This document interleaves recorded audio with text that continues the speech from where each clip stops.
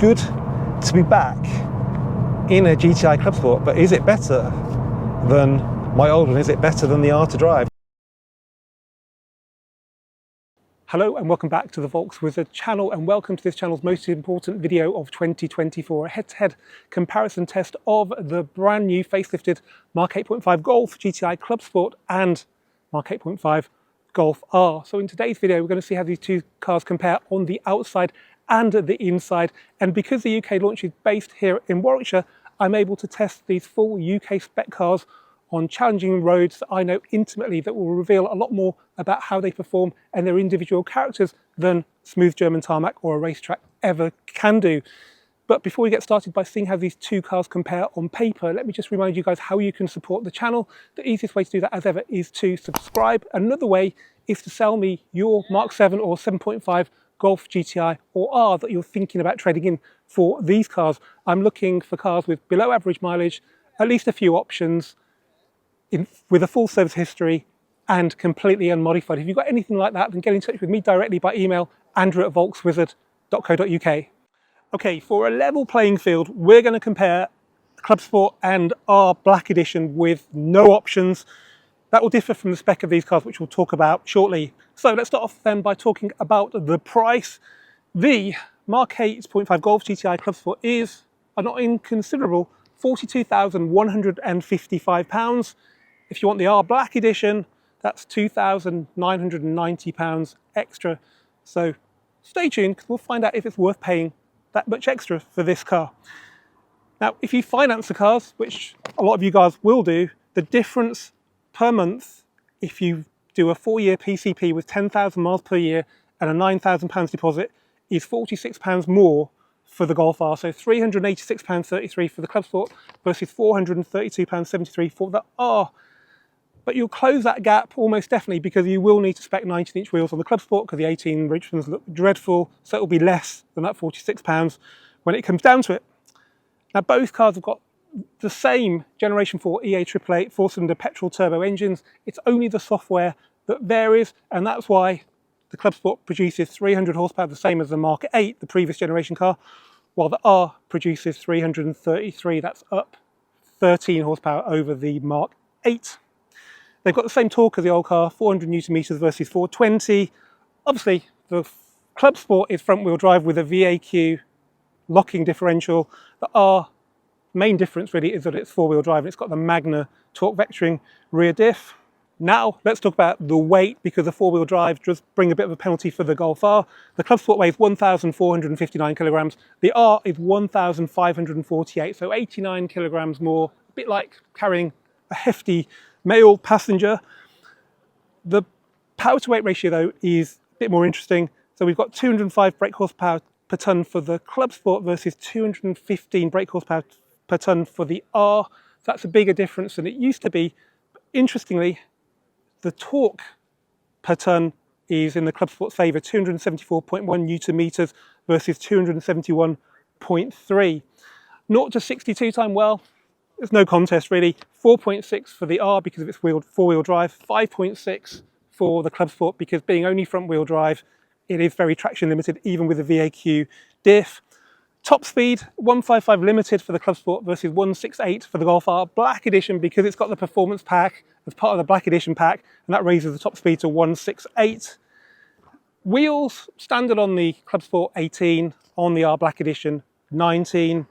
And they've got exactly the same brakes, 370mm, two-piece brakes, two piston calipers, really good brakes up to track use.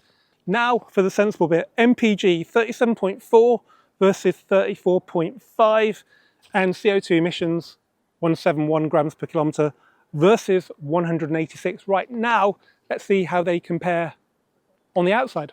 Now, because this has just been a facelift, most of the changes relate to the bumpers, the wheels, and the lights. And as you can see, particularly in the case of the Clubsport, the cars look a little bit more aggressive. With the Clubsport, we've lost the matte black plastic. We now have lots of gloss black, which looks more expensive. We've got the fangs now, which are much more prominent, or you could call them tusks. We've also got the illuminated Volkswagen badge that comes with a facelift. all cars, GTI, Clubsport and R, have the LED matrix headlights as well, and the IQ lights at the back we'll have a look at shortly. The R fangs have been a little bit toned down and brought into the middle of the car, but it still looks, I think, as good as the old car, if not a little bit better. In both cases, the lights are a little bit slimmer, and being a black edition, this car has got the black styling, so the badge, loads of bits are darkened, including the wheel caps and the brake calipers and all sorts. Okay, now let's have a look at the side of the Clubsport.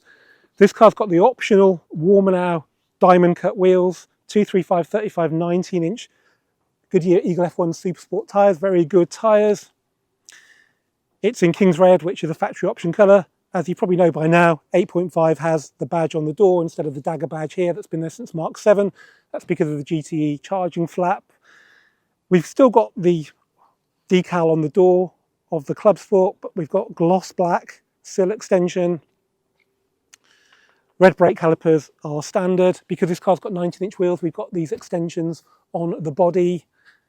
And at the back, well, this car's got the Akrapovic titanium exhaust, which is a nice option. But every Clubsport will have this somewhat more aggressive diffuser than we got on the old car. The only other difference really at the back is that we have got slightly more modern looking LED rear lights. We've got the big wing as well, being a Clubsport.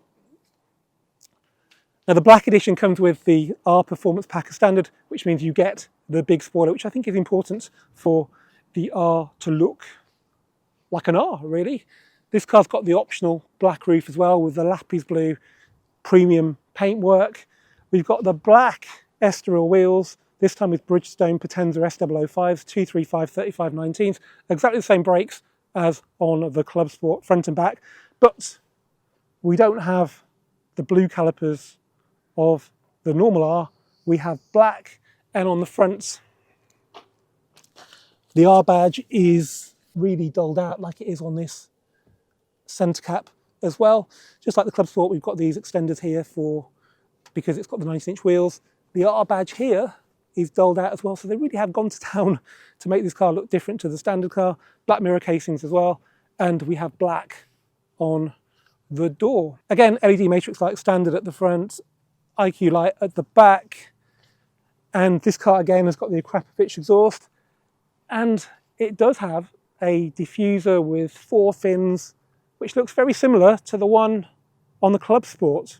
So is there any difference? No, the only real difference is that the diffuser on the R has to accommodate 4 tailpipes, not just 2. Right now, let's have a look inside and see how they compare, starting with the Clubsport. Okay, not much has changed in here compared to the old Clubsport, a car I know intimately because I did 15,000 miles in one over a year and a half. We have got the piano black on the centre console, we've got the GTI badge on the seats, but both those things came in with the last of the Mark 8s. We do have a different inlay, but most importantly, we have the new infotainment system, 12.9 inch with the illuminated sliders. We have the new steering wheel, or the old steering wheel really, with the buttons. So those are the 2 key differences. Other than that, it's pretty much just like the old Clubsport. Right now, let's have a look in the R.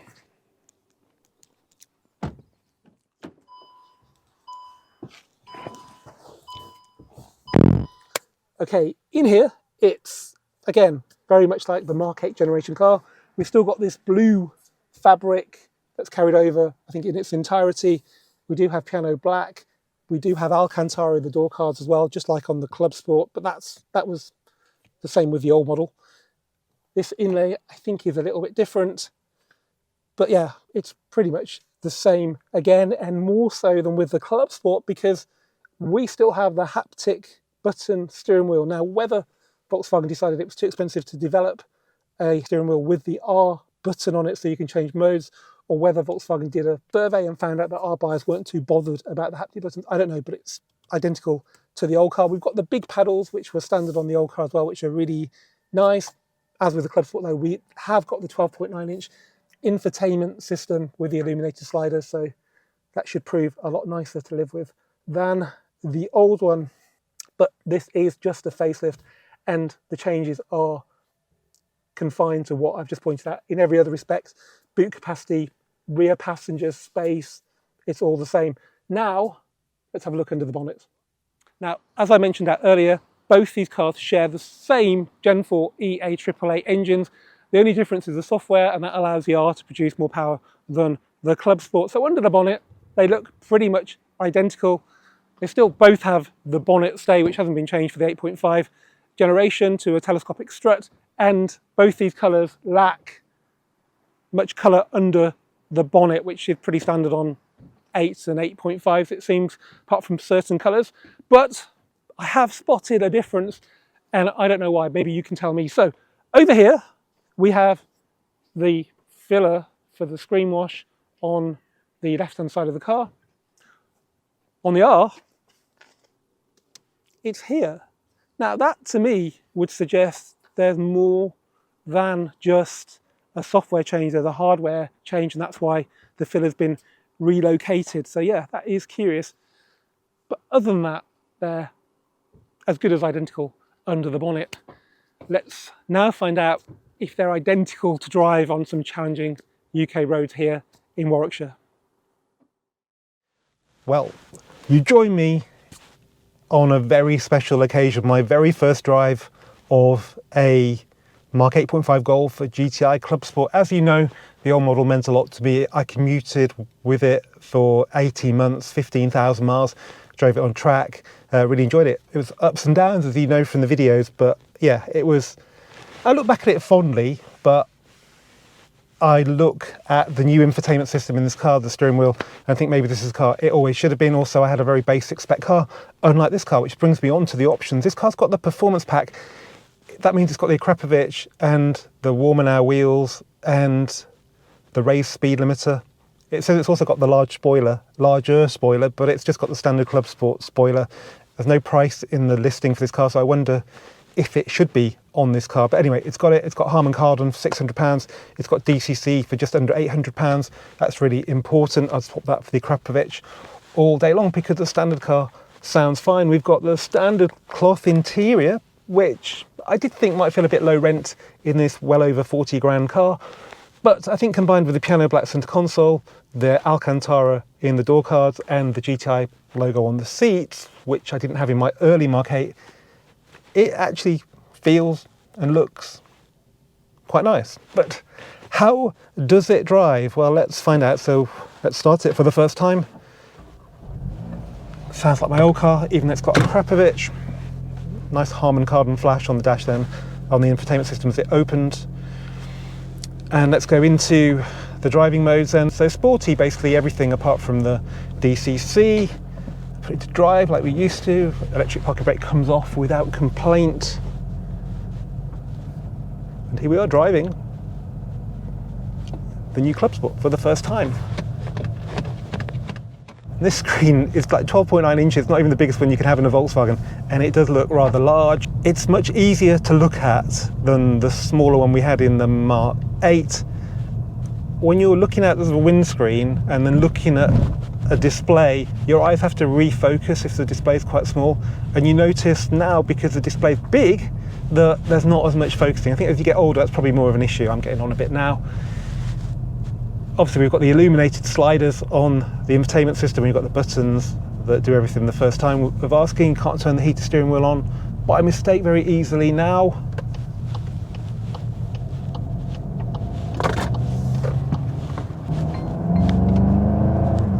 Yeah, it feels like my old car, apart from the fact we have got the speed limiter warning, so you can ditch that by pressing the assist system shortcut that's at the top of the infotainment screen and then just clicking off lane assist and speed warning. I always thought my Mark 8 sounded pretty good, but I think this one, A being an 8.5, which I reckon they've made better, but also because we've got the Akrapovic, sounds better.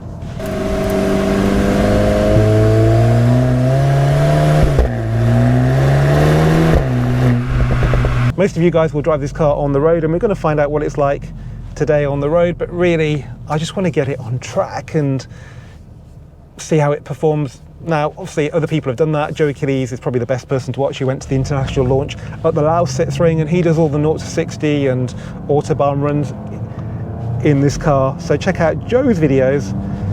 But we're going to keep it real world in my videos and see how this car performs on British roads, a British B road where a GTI really needs to perform. I'm quite lucky in that the UK launch is near where I live, and all the test routes that I've used for videos for the last 5 years are on the doorstep. So we'll head over there right now. But yeah, it's good to be back in a GTI Clubsport, but is it better than my old one? Is it better than the R to drive? Well, we'll drive the R after this. Let's see what the Clubsport can do on a better road than this. Okay, we're now on a road that I know really well in the new Clubsport. Let's see how it performs. The big difference over the old car is that we've got the new anti-lag system, which was introduced with the Golf R 20 years. Every car above the GTI 265, including the 265, has got it. So on this, my benchmark corner, it just feels mighty. There's this beautiful elasticity that I can only put down to DCC. I've felt it on so many 8 and 8.5s with DCC, and even on this off camber corner with a telegraph pole there to collect you, it just felt pretty mighty. The brakes are now running, Volkswagen. You're welcome.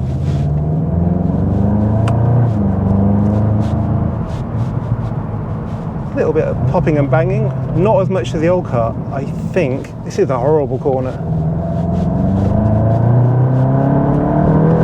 And yes, it does tug at the steering wheel if you give it the beans, even in the dry, as the VAQ tries to put the power down.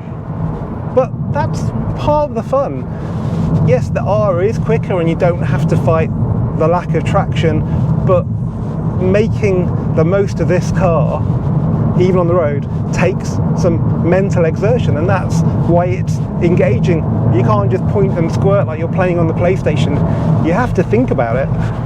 And we haven't got torque vectoring to pull us away from the ditch either, so you have to calculate what the tyres are doing, how much grip they've got, and if you get it wrong, well, ESC might be there to help you, but the laws of physics still apply.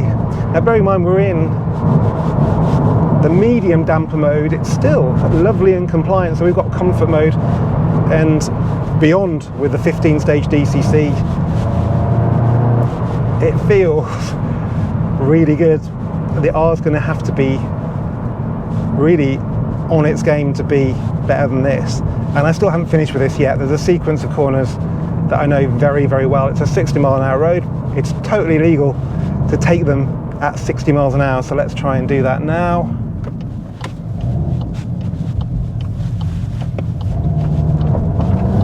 Okay, a little bit of slip there, but the VAQ gets the job done. So 60 here, slightly off camber. Oh. I'm using the paddles, by the way. I'm in manual mode. And then this, I guess it's the king, but it's still a bit hairy at 60 for some reason. And then we're going to get a good go on this corner. So let's just keep the speed up. 5th gear, so not even revving it hard. Oh my word.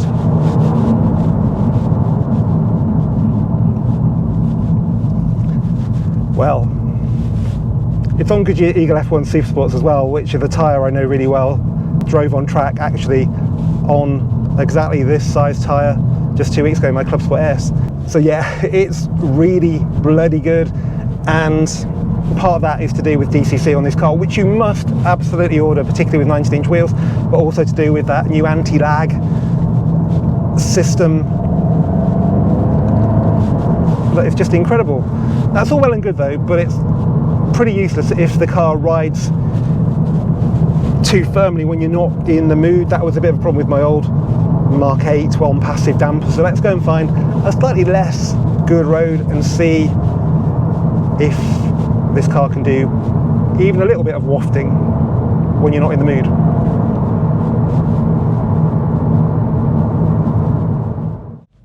Okay, with that done, I think I'll now just put the car into comfort mode and see what it feels like on this pretty imperfect road just to make sure it's comfortable enough for my needs. So we can go a little bit more comfortable if we go into individual. But let's just try in comfort mode now, fully comfort mode. The steering definitely feels a little bit lighter, at least in the dead ahead, but it's still quite direct.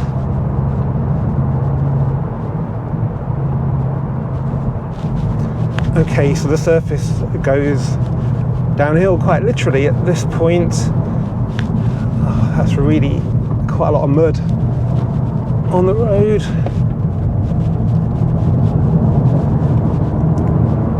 So my old Mark 8 was passive damper, and it was, you know, firm, particularly when I fitted 19s to it. I'd say this is a little bit more compliant, understandably. And yeah, there's definitely a rounded edge to the ride. It's never going to be a wafter, this car, because it's not just the dampers that are quite firm. There's things like bushes and springs as well. But no, you can feel the compliance even at, you know, 50 miles an hour. That's actually quite good. And it's on 19s as well.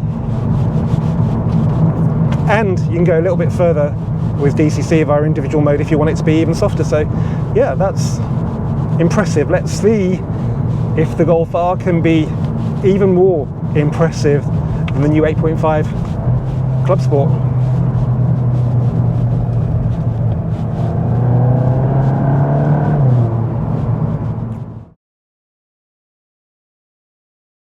Well, it's been a long time coming, but welcome to the 8.5 Golf R in the UK, in right-hand drive on a crappy British beat road.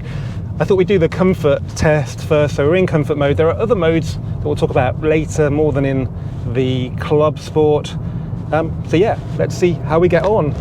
Because it's great to drive like your pants are on fire, but most of the time we spend driving is not seeking thrills. It's just getting from A to B with the least amount of mental exertion. It's probably different in other parts of Europe, but in the UK, you know, that's quite common. So you want a car that can relax you as well, and let's see if this R on 19s can do that. Now I've actually swapped to a non-black edition car, but I'm driving the car. I said you should never buy. That's because this, unlike the black edition, has got DCC, which is super important. I think it's just so defining of the cars that to test an R without it would be ridiculous. Also, I did drive the R Black Edition briefly on some roads back at the test venue, and it felt too stiff even at slow speed, so it was just never going to stack up. Yeah, it's got that rounded edge to the ride. It's good. And we're on 19s. So let's just quickly talk about options then. This car's got the performance back, and it's got the 19-inch wheels. It doesn't have the Akrapovic though, but I think they still sound pretty good without it.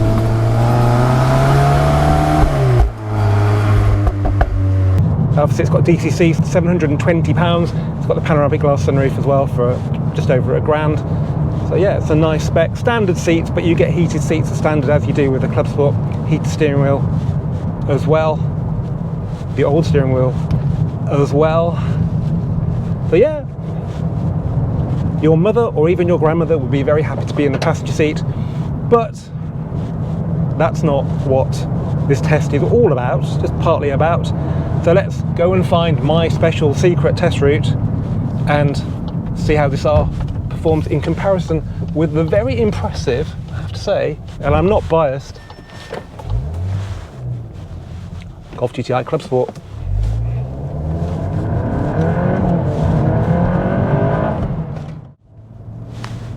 Okay, let's have a quick look at the driving modes then. So we've got Eco, Comfort, which we've just tested, Sport, which is the R's normal, Race, Drift, Special, which is the ring mode, which is the ring mode because this car has got DCC, which is probably the best setting for this car, but we didn't use it on the Clubsport. So let's go into individual.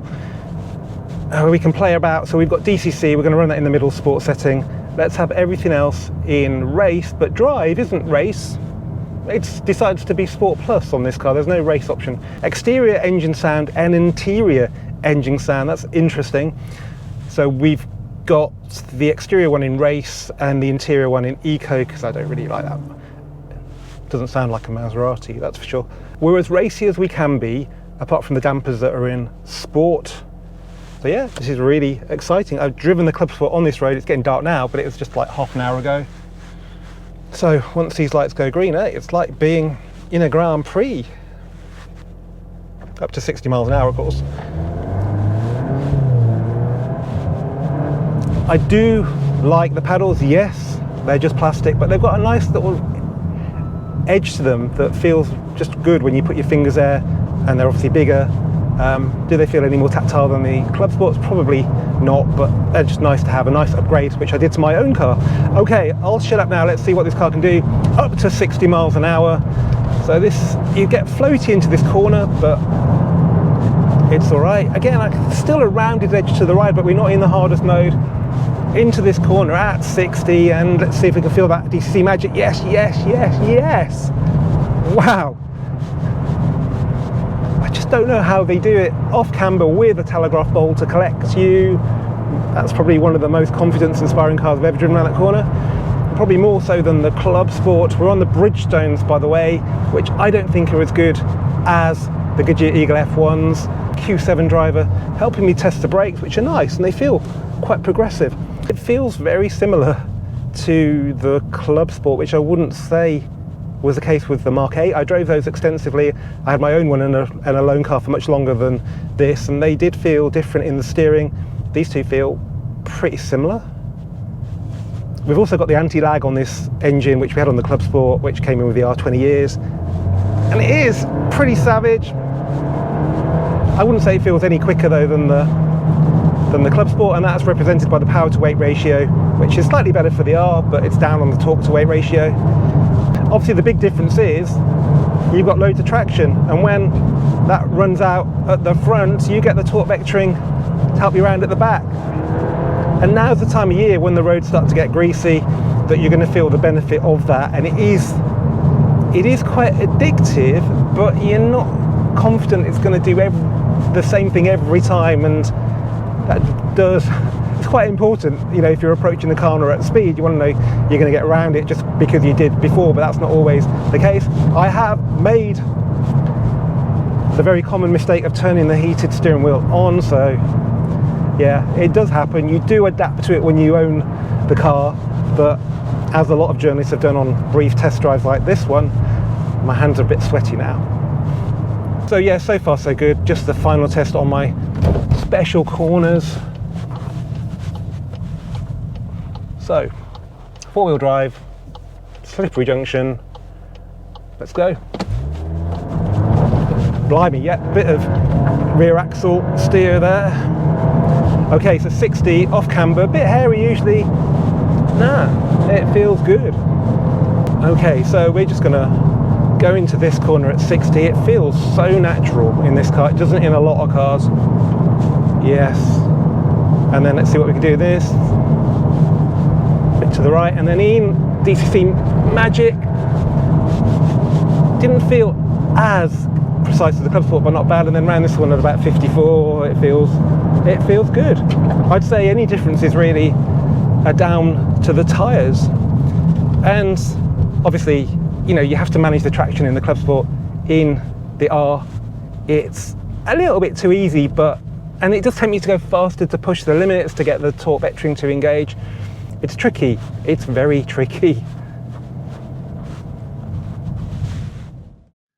Okay, before we wrap up this video and conclude which is best out of these two cars, let's just have a quick look at this Volkswagen Beetle from Volkswagen's Heritage Fleet. It spends most of its time in the foyer at Volkswagen UK, and it's interesting to reflect on how cars have become so technology laden since the Beetle was last produced. In fact, since the Mark 7 generation, things have moved on quite a lot. We've now got torque vectoring and loads of other electronics that make them cleaner, but also make them more exciting to drive. And as for which one is the winner, well, we are the winners at Volkswagen continue to make these cars. Hyundai have canned the i30, the Ford Focus ST is going the same way. Volkswagen haven't just continued making their existing hot hatch range, they've extended it with the Golf R Black Edition. And if that wasn't enough, we've got the Audi S3 Sportback with 333 horsepower and the torque vectoring rear diff, so it can square up evenly with the Golf R now.